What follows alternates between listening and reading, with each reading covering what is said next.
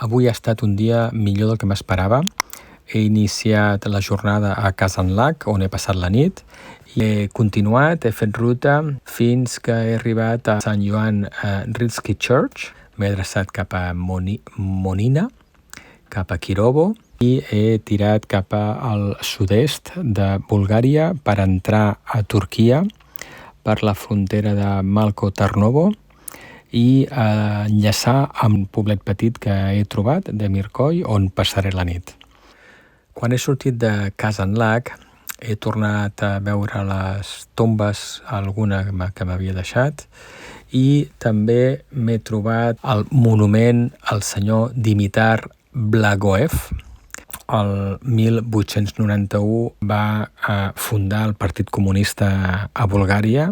He continuat, he fet ruta. Els primers 60 quilòmetres aproximadament han estat de carretera, fins que he arribat a Sant Joan Rilsky Church, que està a peu d'un embassament.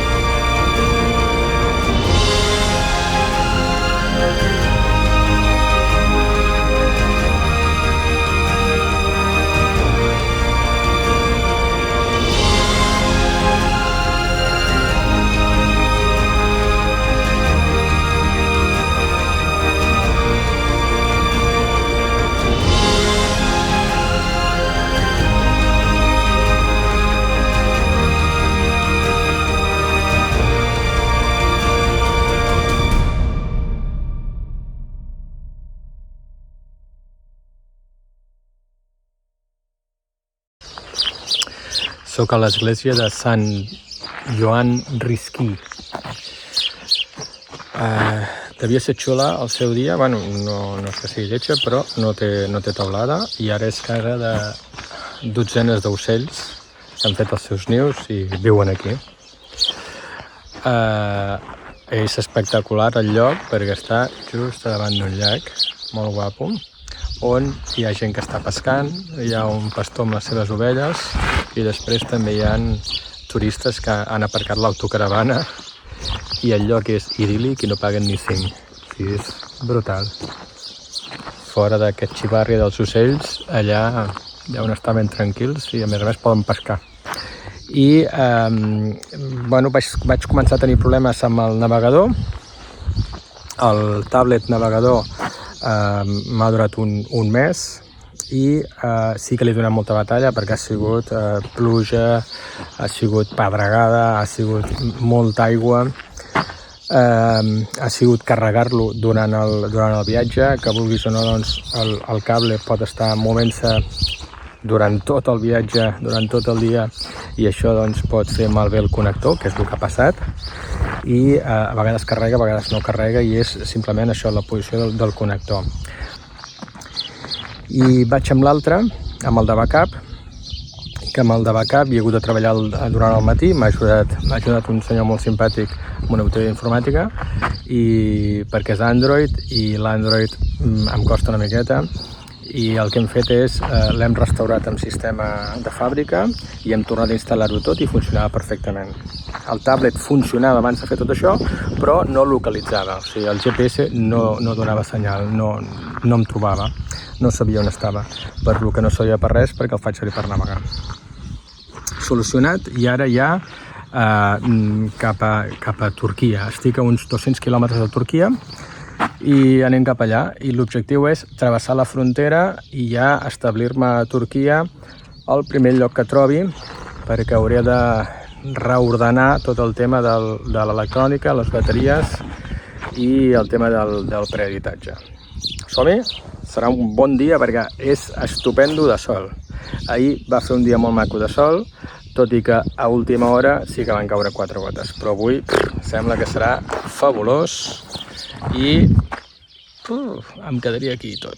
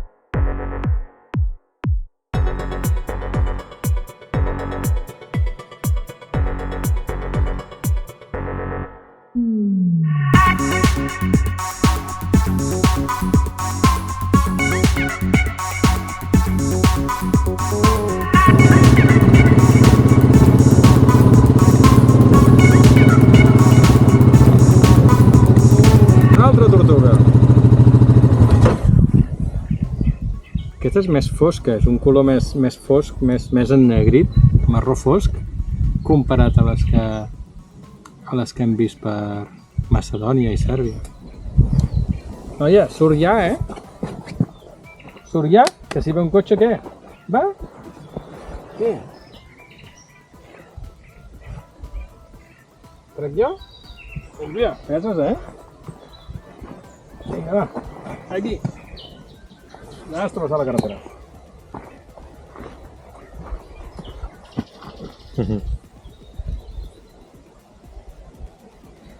L'espantada no sortirà fins que...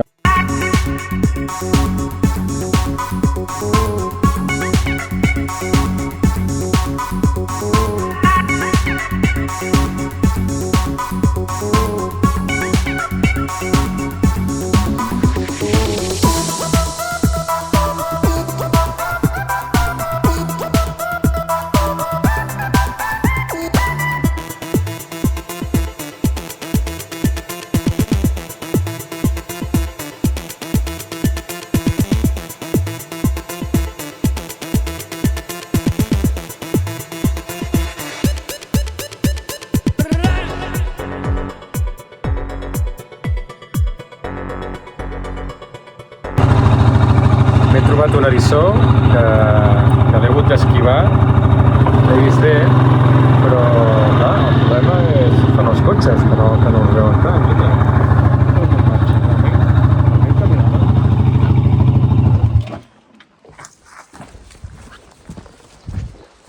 Hola, Navai. Sí que camina ràpid, Ui, no, fem un selfie. No vols fer un selfie? No? Bueno, doncs marxo. Apa. No vol fer selfie.